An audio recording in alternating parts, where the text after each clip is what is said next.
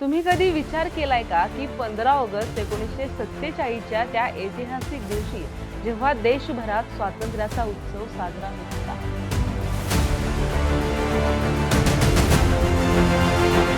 तिरंगा फडकत होता, तेव्हा ब्रिटिश सैनिक काय करत होते? ते सगळे त्याच दिवशी भारत सोडून गेले का? उत्तर आहे नाही. होय, स्वातंत्र्य मिळालं, ब्रिटिश राज संपलं, पण ब्रिटिश सैन्याचा शेवटचा ताफा अजूनही भारतातून निघून गेला नव्हता.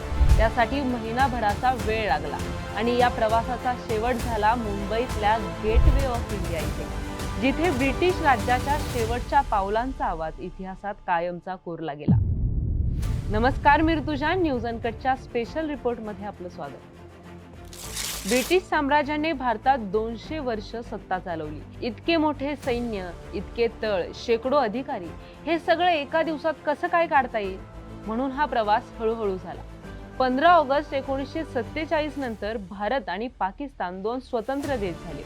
राजकीय सत्ताही हस्तांतरित झाली. पण ब्रिटिश आर्मीच्या काही तुकड्या अजूनही भारतातच होत्या. त्यांना ताबडतोब परत बोलवता आलं नाही, कारण अजूनही अनेक ठिकाणी शिस्त राखणे, लॉजिस्टिक कामं, उपकरणं आणि बेस रिकामे करणे या सगळ्या जबाबदाऱ्या बाकी होत्या. इतिहासातील भारतातून घराकडे परतण्याचा शेवटचा मान मिळाला फर्स्ट बटालियन सोमरेस्ट लाईट इन्फंट्री या ब्रिटिश सैन्याच्या युनिटला. हे नाव ऐकल्यावर कदाचित आपल्याला काही विशेष वाटणार नाही, पण ब्रिटिश आर्मीमध्ये ही एक जुनी आणि प्रतिष्ठित बटालियन होती. यांनी अनेक युद्धात सहभाग घेतला होता. तारीख होती 28 फेब्रुवारी 1948. ही तारीख ब्रिटिश भारतीय इतिहासात कायमची लक्षात ठेवण्यासारखी आहे. त्या दिवशी सोमरसेट लाईट इन्फंट्रीचा ताफा मुंबईतल्या गेटवे ऑफ इंडियावर जमला. हा तोच गेटवे ऑफ इंडिया जो एकेकाळी ब्रिटिश राजघराण्याच्या स्वागतासाठी बांधला गेला होता. आज मात्र तो ब्रिटिश साम्राज्याला अंतिम निरोप देण्यासाठी साक्षीदार होता.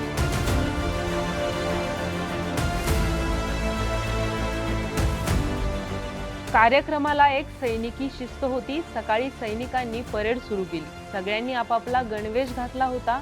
बूट चमकवलेले, बॅज लावलेले आणि चेहऱ्यावर थोडासा गर्व होता आणि विरहही होता.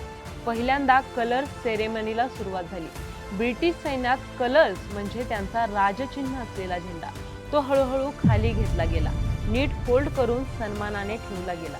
हा क्षण प्रत्येक भारतीयाने मनात साठवून ठेवण्याजोगा होता, कारण भारतातून ब्रिटिश राजचिन्ह काढून टाकण्याचा तो क्षण होता. यानंतर बँडच्या आवाजात एक स्कॉटिश गीत वाजवलं गेलं, जे निरोप आणि आठवणींसाठी वाजवलं जातं. त्याची धून संथ होती, जणू ती विरहाची जाणीव करून देत होती. त्यानंतर ब्रिटिश सैनिक गेटवे ऑफ इंडियाकडे स्लो मार्च करत गेले. मार्गाच्या दोन्ही बाजूंना भारतीय लोक उभे होते. टाळ्यांचा जल्लोष होत होता, कारण कित्येक दिवसांनी अखेर स्वातंत्र्याचा तो क्षण आला होता. गेटवे ऑफ इंडिया ओलांडून सैनिक समुद्र किनारी पोहोचले. तिथून लहान बोटीतून ते मोठ्या जहाजावर चढले. हे जहाज ब्रिटनकडे निघणार होतं आणि त्याच्यासोबत भारतातील ब्रिटिश साम्राज्याचा शेवट होणार होता.